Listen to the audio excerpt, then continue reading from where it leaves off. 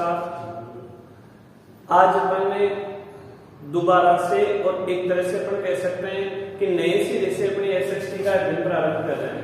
जो नया सिलेबस है, नए सिलेबस में अपन को पता है जो प्रश्नों की बोर्ड परीक्षा की जो डिमांड रहती है उसमें काफी कुछ परिवर्तन हुआ है। अब जैसे मैं अगर पहले लेसन की बात करूं तो पहले जो पुराना सिलेबस था उसमें से पहले लेसन में बड़ा प्रश्न हुआ करता था, लेकिन अब जो नया सिलेबस है तो पहले लेसन में से केवल और केवल अपने छोटे छोटे प्रश्न बनते हैं। समझ रहे हो बात को? जैसे समझ रहे इस बात को, पहला लेसन है वर्तमान में अपने कितने नंबर का? 5 नंबर का। नए सिलेबस के अनुसार पहला लेसन कितने नंबर का है तुम्हारे बोर्ड परीक्षा में? 5 नंबर का। अब ये जो 5 नंबर का लेसन है इसमें से दो तो आएंगे आपके ऑब्जेक्टिव क्वेश्चन, मतलब कितने नंबर के? 2 नंबर के तो ऑब्जेक्टिव क्वेश्चन, 2 क्वेश्चन दोनों एक नंबर के। एक प्रश्न होगा छोटा प्रश्न, वो कितने नंबर का होगा? 1 नंबर का। एक छोटा प्रश्न होगा वो होगा आपके कितने नंबर का? 2 नंबर का। तो टोटल मिला के कितने नंबर के हो गए? 5 नंबर के क्वेश्चन हो गए। मतलब 4 प्रश्न आएंगे जिनमें से 2 ऑब्जेक्टिव आएंगे, एक 1 नंबर का होगा, एक 2 नंबर का होगा। कुल मिलाकर लेसन के नंबर हो गए कितने? 5। तो चलो प्रारंभ करते हैं। कैसे कैसे इसमें से प्रश्न पूछे जा सकता है आपसे, हर एक प्रश्न को ध्यान में रखते हुए संभावित प्रश्नों की सभी के अपन दोबारा से चर्चा शुरू करेंगे। सबसे पहले देखो इसमें मौर्य काल। अब मौर्य काल में आपको ये तो पता है कि मौर्य काल के 3 शासकों को लेकर अपन चर्चा करेंगे। एक तो मौर्य काल का संस्थापक, वह है शासक जिसने मौर्य काल की स्थापना की थी या मौर्य वंश की स्थापना की थी, उसका नाम था चंद्रगुप्त मौर्य। तो चंद्रगुप्त मौर्य के बारे में कौन कौन से प्रश्न बनते हैं? उसके बाद में जो शासक बना था बिंदुसार, बिंदुसार की चर्चा करेंगे। उसके बाद में जो शासक बना था अशोक, उसकी चर्चा करेंगे। मतलब 3 शासक हो गए, पहला चंद्रगुप्त मौर्य, दूसरा बिंदुसार और तीसरा अशोक। अब सुनना, क्वेश्चन पूछा जाए आपसे मौर्य वंश का संस्थापक। अब देखो, अब जो अपन लेसन की चर्चा करें तो आप लोग सब एक एक बार ही सारा मैटर पढ़े हो, तो अब आप खुद भी समझ सकते हो। आंसर आप मेरे बोर्ड पे लिखने से पहले खुद दिमाग लगा के बता सकते हो कि इसका आंसर क्या होगा। तो मौर्य वंश का संस्थापक कौन था? चंद्रगुप्त मौर्य। सिंपल 1 नंबर का क्वेश्चन पड़ेगा अपने, हो सकता है ऑब्जेक्टिव में बन जाए, हो सकता है ऑब्जेक्टिव में ना बन के वैसे आपसे 1 नंबर वाला क्वेश्चन पूछ ले। मौर्य वंश का संस्थापक कौन है? चंद्रगुप्त मौर्य। अगला प्रश्न सुनना, आपसे पूछ लिया जाए चंद्रगुप्त मौर्य के गुरु। चंद्रगुप्त मौर्य के गुरु कौन थे? कौटिल्य। कौटिल्य के साथ आपको चाणक्य भी ध्यान रखना है। क्यों ध्यान रखना है? हो सकता है अपने ऑब्जेक्टिव में प्रश्न आ जाए, कौटिल्य ऑप्शन में ना रहे, ऑप्शन में अपने को क्या मिल जाए? चाणक्य मिल जाए। हालांकि इसका विष्णुगुप्त भी नाम था, लेकिन आपको सिर्फ 2 ही नाम ध्यान रखने हैं। चंद्रगुप्त मौर्य के गुरु का क्या नाम था? कौटिल्य, या जिसे अपन कह सकते हैं क्या? चाणक्य। समझ गए? इसके बाद में अपन बात करें, चंद्रगुप्त मौर्य ने मौर्य वंश की स्थापना की थी, ये अपने को पता चल चुका। लेकिन चंद्रगुप्त मौर्य ने किसे पराजित करके मौर्य वंश की स्थापना की थी? तो चंद्रगुप्त मौर्य जब शासक बना उससे पहले एक व्यक्ति शासक हुआ करता था जिसका नाम था क्या? दनानंद। चंद्रगुप्त मौर्य ने दनानंद को पराजित किया और दनानंद को पराजित करने के बाद चंद्रगुप्त मौर्य खुद शासक बना। इसका मतलब चंद्रगुप्त मौर्य ने दनानंद को पराजित करके भारत में कौन से वंश की स्थापना की थी? मौर्य वंश की स्थापना की थी। तो ये भी आपको क्वेश्चन के रूप में ध्यान रखना है। जैसे क्वेश्चन लिख देता हूं मैं, चंद्रगुप्त मौर्य ने किसे पराजित करके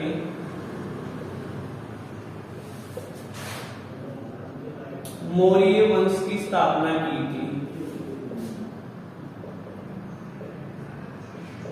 तो किसे पराजित करके मौर्य वंश की स्थापना की थी? इसका आंसर होगा क्या? दनानंद। समझ गए बात? चलो इसका तो आप स्क्रीनशॉट लो, उसके बाद में प्रश्नों की ओर चर्चा करते हैं।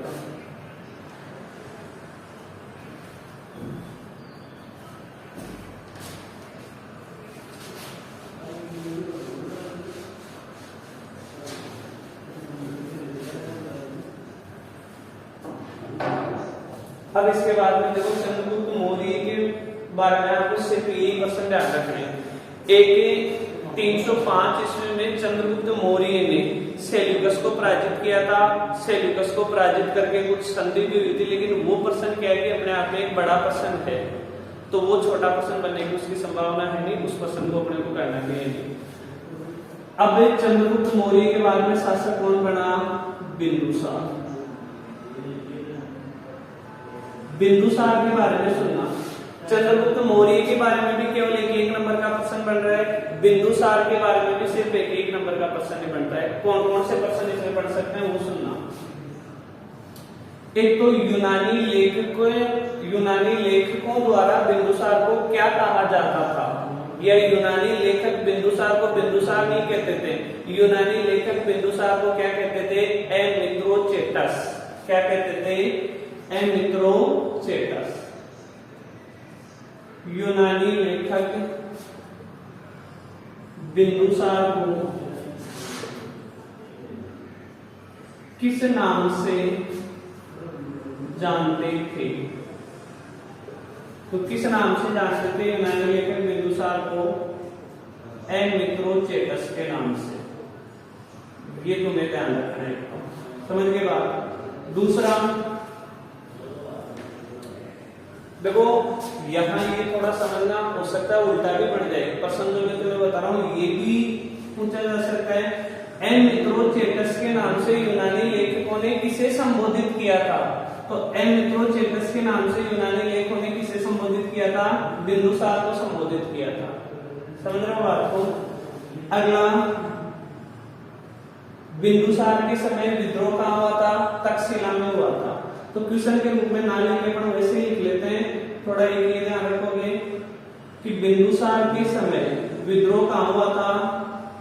तक्षशिला में। बिंदुसार के समय विद्रोह कहाँ हुआ था? तक्षशिला में। और तक्षशिला में विद्रोह भी 2 बार हुआ था। तक्षशिला में 2 बार विद्रोह हुआ। अब देखो, किसी भी शासक के काल में जब विद्रोह होता है तो शासक या राजा हमेशा ये चाहता है कि इस विद्रोह का दमन किया जाए, इस विद्रोह को दबाया जाए। तो 2 बार विद्रोह हुआ था। जब तक्षशिला में विद्रोह हुआ था बिंदुसार के समय, तो बिंदुसार ने उस विद्रोह को दबाने के लिए पहली बार तो भेजा था अशोक को, और दूसरी बार भेजा था किसे? सुसीम को। 2 बार विद्रोह हुआ, जिसे दबाने के लिए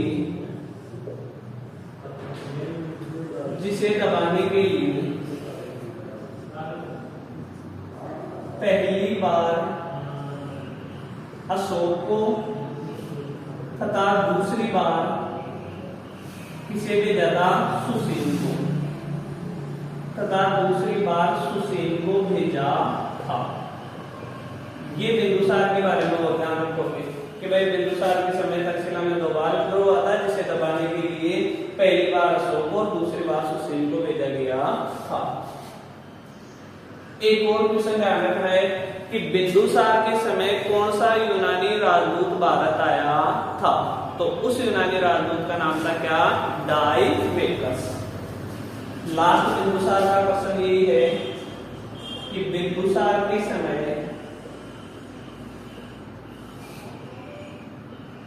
यूनानी राजदूत डाइमेकस भारत आया था। डाइमेकस को भेजने वाले शासक का नाम था एंटियोकस प्रथम, लेकिन उस शासक का अपने को बिल्कुल भी नाम याद नहीं रखना, सिर्फ ये ध्यान रखना है कि जो राजदूत भारत में आया था उसका क्या नाम था? डाइमेकस। बिंदुसार के बारे में सिंपल से ये लोग 3 प्रश्न बन गए अपने, और बिंदुसार के बना कंप्लीट। ले इसका स्क्रीनशॉट।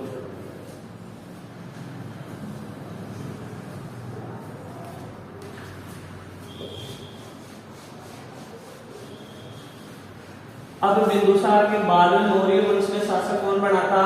अशोक। अब अशोक के बारे में कुछ प्रश्न ज्यादा बनते हैं। अशोक, चंद्रगुप्त मौर्य, बिंदुसार का बहुत ज्यादा महत्वपूर्ण योगदान नहीं रहा था। सबसे ज्यादा योगदान अगर मौर्य काल में किसी का रहा था तो वो कौन था? अशोक। अब अपन चर्चा कर लेते हैं किसकी? अशोक को लेकर। अब क्वेश्चन सुनते जाना कौन कौन से बनते हैं। एक तो आपसे ये पूछा जा सकता है कि भारत में सबसे पहले अभिलेख लिखने की परंपरा की शुरुआत किसने की थी, तो वो किसने की थी, अशोक ने की थी। पहले की चर्चा आपने हो चुकी है कि अभिलेख का मतलब क्या होता है। उस समय देखो कागज पेन की इतनी ज्यादा सुविधा नहीं होती थी, और अगर कुछ लिखा भी जाता था कागज पेन से, तो उस समय का कागज पेन से लिखा हुआ आज तक सुरक्षित रहना बहुत कम संभव हो पाता था।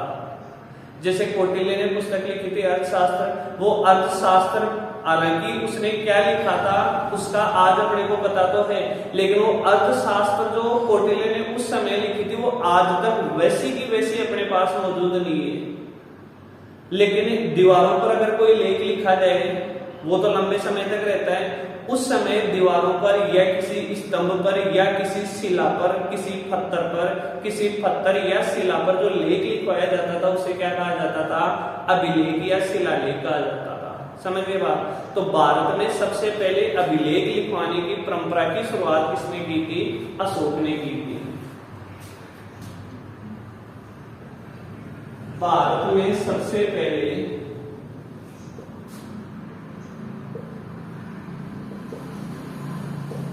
अभिलेख लिखवाने की शुरुआत किस शासक ने की थी, अशोक ने की थी। इसी में आप ये ध्यान रखोगे कि भाई अशोक ने अभिलेख लिखना किससे सीखा था। अभिलेख लिखवाने की परंपरा जो है अशोक ने प्रारंभ की थी। अशोक ने भी तो कहीं ना कहीं से सीखा था। तो ईरान का एक शासक हुआ था जिसका नाम था क्या, दारा। उससे अशोक ने बात सीखी कि क्या करवाना चाहिए, अभिलेख लिखवाना चाहिए। इसी में आगे याद रख लेना, अशोक ने अभिलेख लिखवाने की परंपरा ईरान के शासक दारा से सीखी।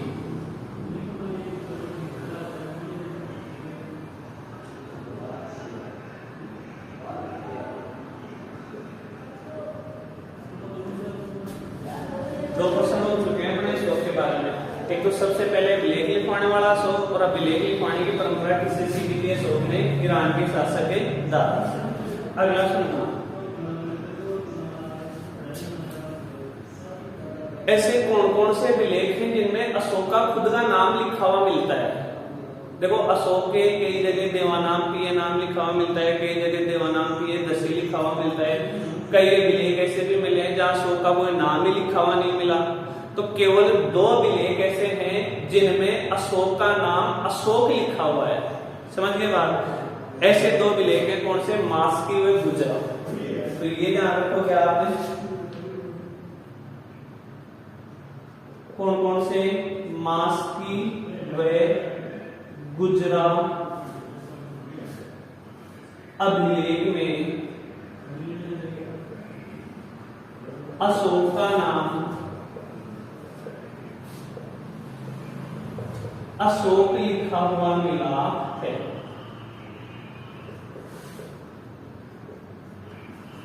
समझ गए बात। ये सारे प्रश्न एक एक नंबर के हैं, दिमाग में रखना। एक भी प्रश्न अभी तक मैंने आपको ये नहीं बताया कि कोई सा 2 नंबर का प्रश्न में बन सकता है। ये सारे वो प्रश्न हैं जो या तो आपको ऑब्जेक्टिव में बन सकते हैं।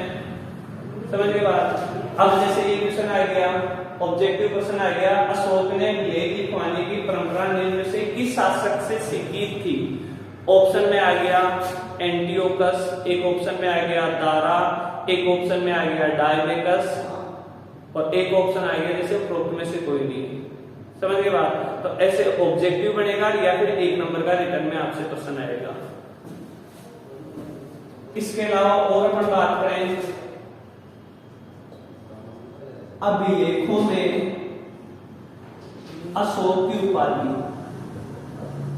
तो अभिलेखों में अशोक की 2 उपाधियां मिलती हैं। कौन कौन सी, एक तो है देवानाम पीए,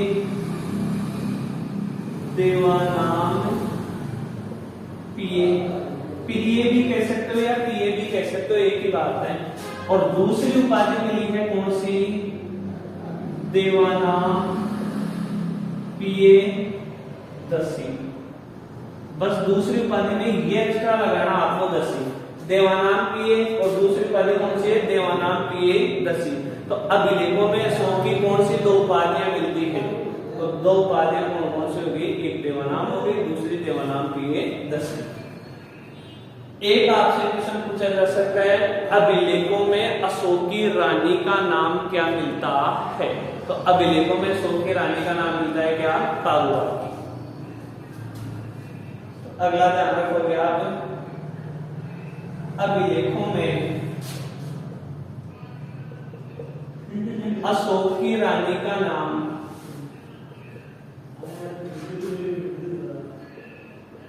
कारुआकी। बस सिंपल सा इतना सा ध्यान रख लेना, अभिलेखों में अशोक की रानी का नाम क्या मिलता है? कारुआकी मिलता है। समझ गए बात? और अपना अशोक के बारे में क्या प्रश्न पढ़ सकते हैं अपन देखते हैं, इसका स्क्रीनशॉट लगाओ।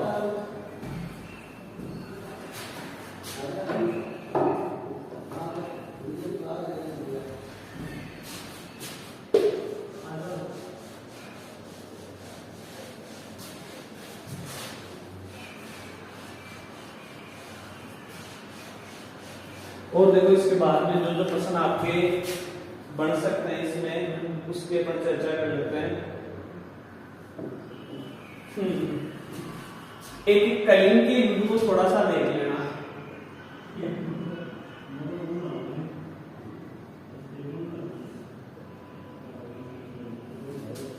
हालांकि ये क्वेश्चन है थोड़ा बड़ा, लेकिन फिर भी संभावना ये बन सकती है कि 2 नंबर के प्रश्न में इसको डाल दे तो अपने को 2 पॉइंट पे अपन लिख देंगे, तो भी 100% अपने 2 में से 2 नंबर मिल जाएंगे। सुनना थोड़ा कलिंग के युद्ध के बारे में। अशोक का जब राज्याभिषेक होता है, राज्याभिषेक के बाद 8वें वर्ष अशोक ने कौन सा युद्ध लड़ा था? कलिंग का युद्ध लड़ा था। और कलिंग के युद्ध में अशोक ने किसे पराजित किया था? कलिंग के युद्ध में अशोक ने नंदराज को पराजित किया था। किसे पराजित किया था? नंदराज को पराजित किया था। बोर्ड पे मैं लिखता हूं, समझते जाना इसको थोड़ा।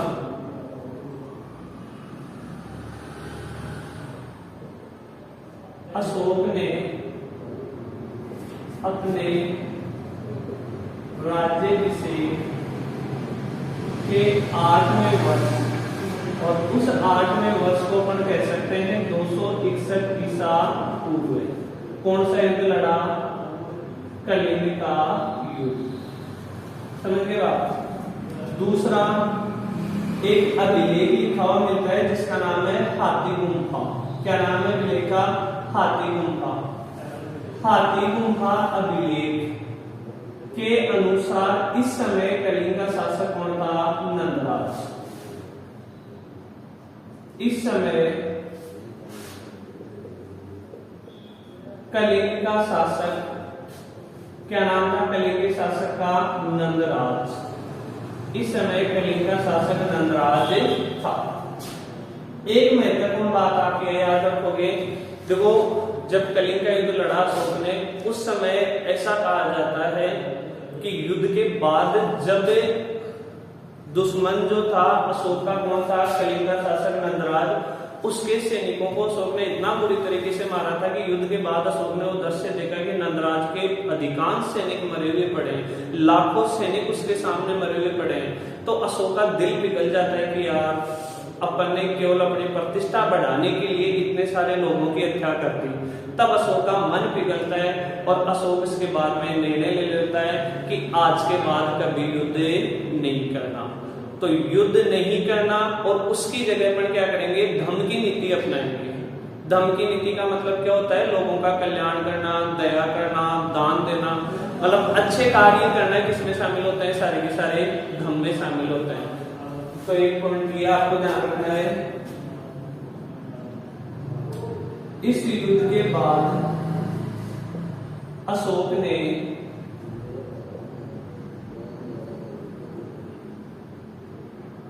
कौन सी नीति अपनाई? ये अपन इसको ऐसे लिखते हैं, युद्ध घोष की नीति त्याग की तथा धम घोष की नीति अपना ली, धम घोष की नीति अपना ली। अगर 2 नंबर का प्रश्न बने, 3 पॉइंट हैं, आप ऊपर वाले 2 पॉइंट लिख लोगे तो भी चल जाएगा, लेकिन याद आपको तीनों करने। 2 नंबर से ज्यादा महत्वपूर्ण इसमें से एक नंबर के प्रश्न बनते हैं। जैसे ये पूछ लिया आपसे, कलिंग का युद्ध अशोक के राज्याभिषेक के कौन से वर्ष लड़ा गया था? तो कौन से वर्ष लड़ा गया था? 8वें वर्ष लड़ा गया था। समझ गए बात? दूसरा आपसे पूछ ले गए, हाथी गुम्फा विलेख के अनुसार जब अशोक ने कलिंग पर आक्रमण किया था उस समय कलिंग का शासक कौन था? नंदराज। आपसे ये पूछ सकते हैं, किस युद्ध के बाद अशोक ने युद्ध घोष की नीति को त्याग दिया और धम घोष की नीति को अपना लिया? तो ये 3 वैसे ज्यादा संभावना है, इसमें से भी एक नंबर के प्रश्न बनने की है। अगर 2 नंबर का पढ़े तो आपको इससे 2 पॉइंट या कोशिश करने तो आसान है, 3 पॉइंट लिख देना। लो इसका स्क्रीनशॉट।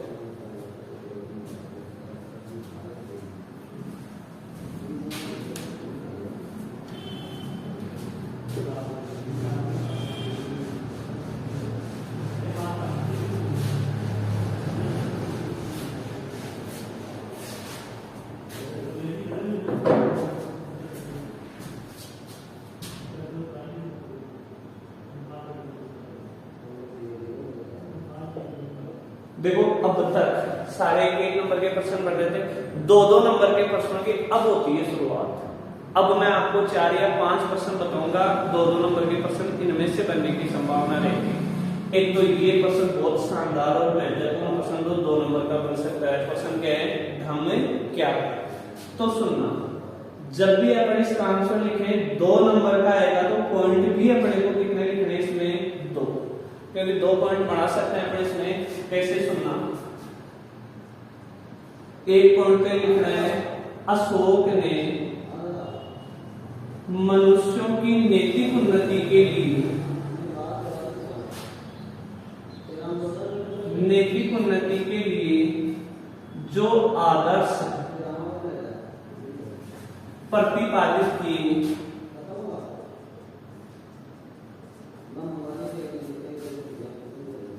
उसे ही धम कहते हैं। अगला सुनना,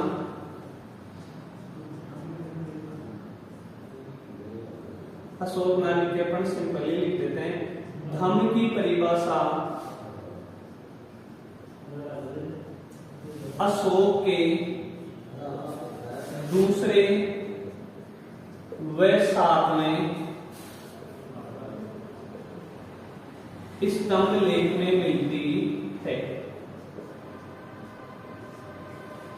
अब देखो, पिछली बार जब अपन ने किया था धम के बारे में और थोड़ा बड़ा प्रश्न लिया था, ये भी लिखा था लोक कल्याणकारी कार्य करना, दान देना, दया करना, बुजुर्गों की सेवा करना, बड़ों का कहना मानना, लोक कल्याण के कार्य करना, ये सब क्या कहलाता है? धम कहलाता है। लेकिन क्या है कि अब 2 नंबर का प्रश्न बनेगा, ये सब बातें अपने को लिखने की आवश्यकता नहीं है। ध्यान रखना, बहुत अच्छा आंसर जो माना जाता है ना, जिसमें से अपने कोई नंबर काटने की संभावना नहीं होगी, वो धम का आंसर आपको ये लिखना है।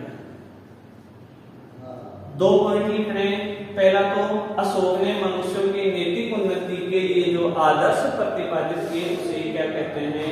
धम कहते हैं। दूसरा, धम की परिभाषा अशोक के दूसरे में 7वें स्तंभ लेख, यहाँ स्तंभ लेख, यहाँ शिलालेख या आप अभिलेख भी लिख सकते हो, ये भी लिख सकते हो। अशोक के दूसरे में 7वें लेख में होती है, ज्यादा की वजह से स्तंभ लेख रहेगा। तो ये आपका आंसर किसका होगा? धम क्या है? 2 नंबर का प्रश्न बनता है। अगला प्रश्न अपन देखें, धम यात्रा।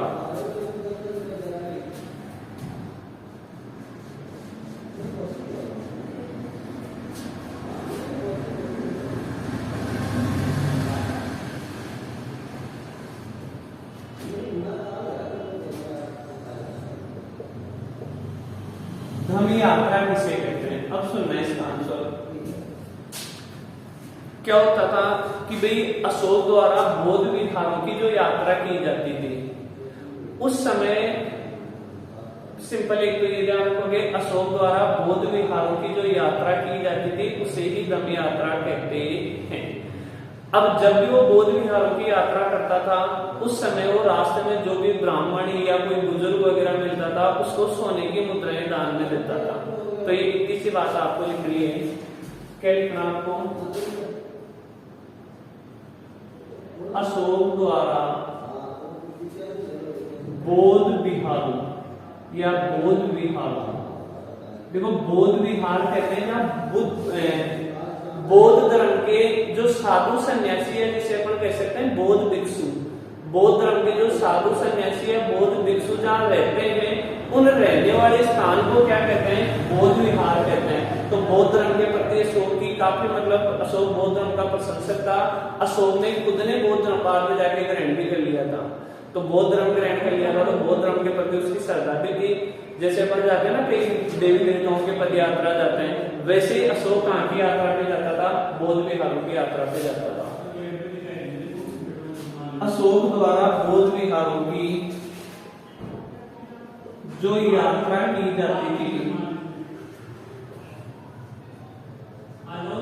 उसे ही कौन सी यात्रा कहते हैं?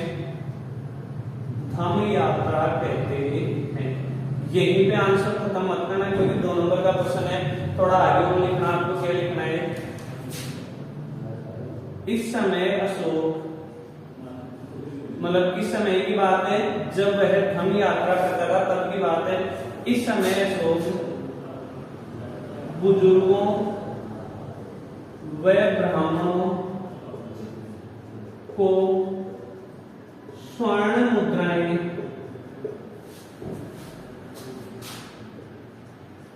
दान में देता था। और ये अपनी कंप्लीट चर्चा होगी इसकी धम्म यात्रा की।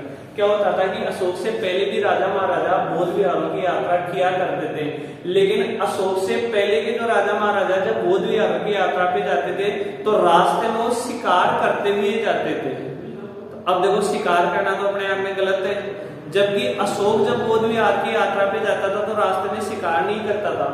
शिकार में तो जीव हत्या होती थी। अब वो जीव हत्या पे तो अशोक ने भी रोक लगा दी थी। अब जीव हत्या ना करके, शिकार ना करके अशोक रास्ते में क्या किया करता था? बुजुर्गों व ब्राह्मणों को सोने की मुद्रा में दान में दिया। तो ये यात्रा कौन सी यात्रा कहलाती है? धम्म यात्रा।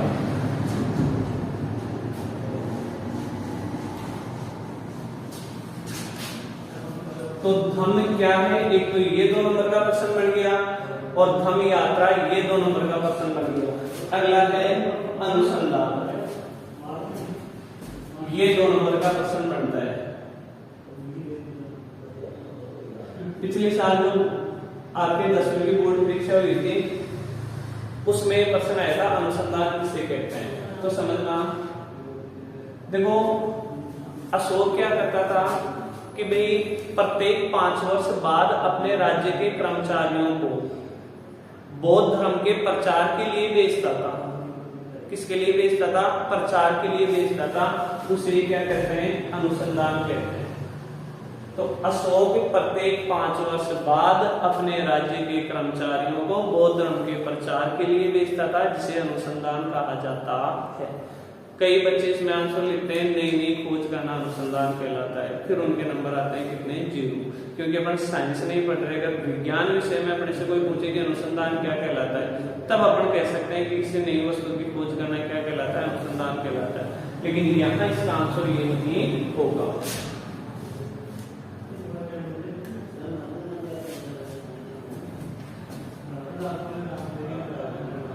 अब इसमें लिखना अशोक अपने राज्य के कर्मचारियों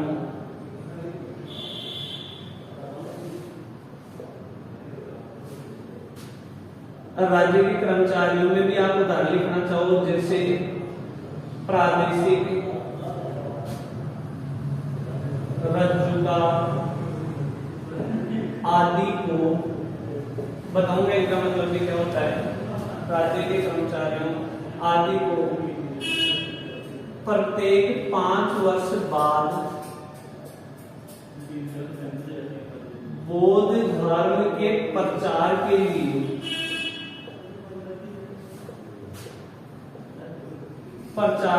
भेजता था।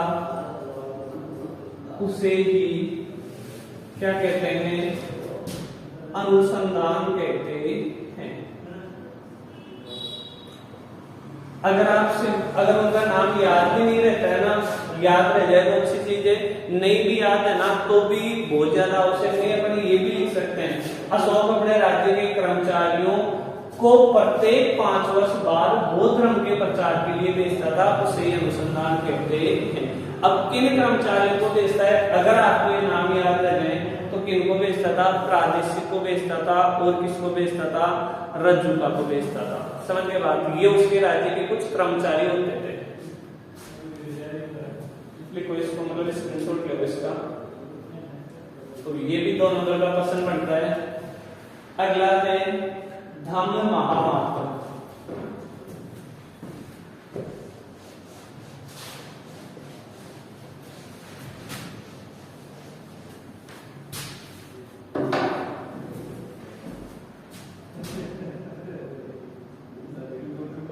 धम्म महामात्र सुना, धम्म महामात्र क्या होता है?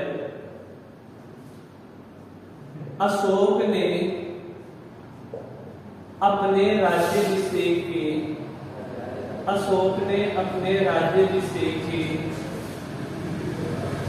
13वें वर्ष किसकी नियुक्ति की थी? धम्म महामात्र की नियुक्ति की थी। 2 पॉइंटों के रूप में लिखना धम्म महामात्र को। एक तो भाई धम्म महामात्र के बारे में अपने पूछा जाए, अशोक का जब राज्याभिषेक हुआ था उसके बाद जो उसका 13वां वर्ष चल रहा था तब उसने किसकी नियुक्ति की? धम्म महामात्र की नियुक्ति की। तो किसी भी व्यक्ति की जब नियुक्ति होती है तो उसका कोई ना कोई तो कार्य होता है ना। अब इस धम्म महामात्र का क्या कार्य था? लोक कल्याणकारी कार्य करना, दान देना, जो कारावास में जो बंद कैदी थे उनको मुक्त करना, मतलब धर्म से संबंधित जो अच्छे कार्य थे ना, वो कार्य किसके थे? धम्म महामात्र के। समझ गए बात? इसके कार्य थे, क्या क्या कार्य थे वो डैश करके अपन लिख सकते हैं, या अपने से लिखे इसके निम्न कार्य थे। किसके? धम्म महामात्र के। अब वो डैश करके लिख रहे ना, लोक कल्याणकारी कार्य, दान देना, कारावास में बंद, कारावास की जगह जेल भी लिख सकते हो, जेल के तो चाहे कारावास भी कर दो। कारावास में बंद कैदियों को आजाद करना आदि इसके क्या हुआ करते थे? कार्य हुआ करते थे। किसके? धम्म महामात्र के। समझ गए बात? तो ये आपका आंसर हो गया किसका? ये प्रश्न भी बनता है तो कितने नंबर का बनता है? 2 नंबर का बनता है।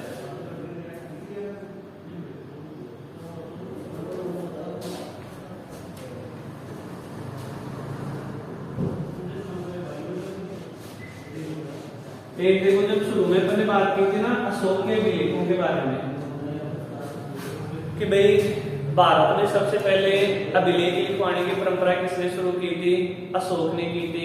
फिर अपन ने बात की थी कि भाई किन अभिलेखों में अशोक का नाम अशोक लिखा हुआ मिलता है, तो कौन से 2 अभिलेखों में मिलता है? मास्की व गुजरा में।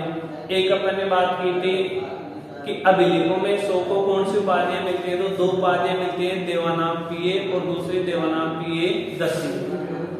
वहां अपने को एक चीज और लिखनी चाहिए थी, कोई दिक्कत नहीं, आप यहाँ याद कर लेना 1 नंबर के प्रश्न के रूप में, कि अशोक के अभिलेखों को पढ़ने में सबसे पहले सफलता किसे मिली थी? तो किसे मिली थी? जेम्स प्रिंसेप को। समझ गए बात? पहली बार अशोक के अभिलेखों को पढ़ पाया था उस व्यक्ति का नाम था जेम्स प्रिंसेप। अब और थोड़ा अपन अशोक के अभिलेखों के बारे में बात करें कि अशोक जो अभिलेख लिखवाता था वो 2 लिपियों में लिखवाता था। उन 2 लिपियों का आप नाम याद रखोगे, एक तो ब्राह्मी लिपि, दूसरी खरोष्ठी लिपि। समझ गए बात? तो एक तो ये अशोक के अभिलेख पढ़ने में सबसे पहले किसे सफलता मिली? तो किसे सफलता मिली, उस व्यक्ति का नाम था क्या, जेम्स प्रिंसेप। जेम्स प्रिंसेप, एक तो ये ध्यान रखोगे। दूसरा, अशोक के लेख किस लिपि में लिखवाए गए, अशोक ने अभिलेख किस लिपि में लिखवाए, तो इसका आंसर होगा आपको दो लिपियों में लिखवाए थे। कौन कौन सी, एक तो है ब्राह्मी लिपि और दूसरी कौन सी है, खरोष्टी लिपि। अब थोड़ा सा और ध्यान रखोगे, देखो ज्यादातर अशोक के विलेख कौन सी लिपि में थे, ब्राह्मी लिपि में थे, लेकिन दो विलेख ऐसे मिले थे जो कौन सी लिपि में है, खरोष्टी लिपि में, एक मानसेहरा और दूसरा शाहबाजगढ़ी। समझ गए बात। तो अशोक के कौन से दो विलेख हैं जो खरोष्टी लिपि में लिखाए गए, तो उनका नाम होगा मानसेहरा व शाहबाजगढ़ी। इसका आंसर यहीं पे खत्म हो चुका है। अगर आपसे यही सिंपल क्वेश्चन आए, बस यहाँ पे इसका आंसर खत्म कर देना। अगला एक आपको ध्यान ये रखना है, अशोक के कौन से दो विलेख, इसको भी हम क्वेश्चन के रूप में लिख लेते हैं, कौन से दो विलेख खरोष्टी लिपि में लिखे, खरोष्टी लिपि में लिखे हैं। तो दो विलेख कौन कौन से हैं जो खरोष्टी लिपि में हैं, एक का नाम तो है कौन सा, मानसेहरा, और एक का नाम है कौन सा, शाहबाजगढ़ी। तो दो नाम याद रखोगे, दोनों कौन सी लिपि में है, खरोष्टी लिपि में। समझ गए बात। अब फिर मौर्य वंश की अपन बात करें। जो भी देखो तीन शासक थे ना, तीनों शासकों की अपनी चर्चा कंप्लीट हो चुकी है। पहला चंद्रगुप्त मौर्य के बारे में क्या प्रश्न पढ़े, दूसरा बिंदुसार, तीसरा अशोक। तो इसका स्क्रीनशॉट लो।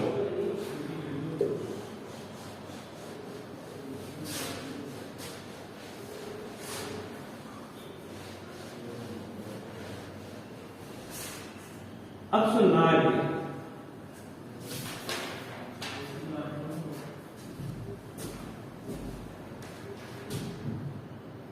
आपसे पूछ लिया जाए अंतिम मौर्य शासक या अंतिम मौर्य सम्राट कौन था।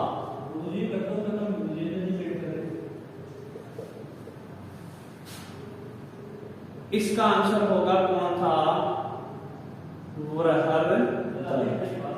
ये ध्यान रखोगे आप, अंतिम मौर्य सम्राट कौन था, बृहदत्त। समझ गए बात। अब देखो आज की क्लास यहीं पे खत्म करनी पड़ेगी। हालांकि एक वीडियो में इसको कंप्लीट कराने का विचार था, लेकिन बाहर से भी कुछ आवाज आ रही है।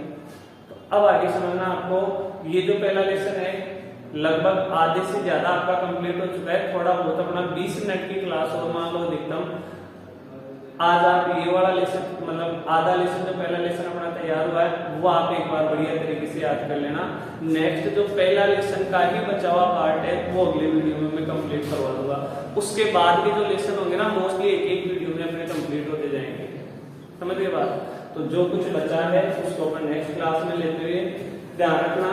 अब अपन जो भी कर रहे हैं ना, वो एग्जाम ओरिएंटेड बोर्ड के पैटर्न के हिसाब से प्रश्नों को अपन कर रहे हैं।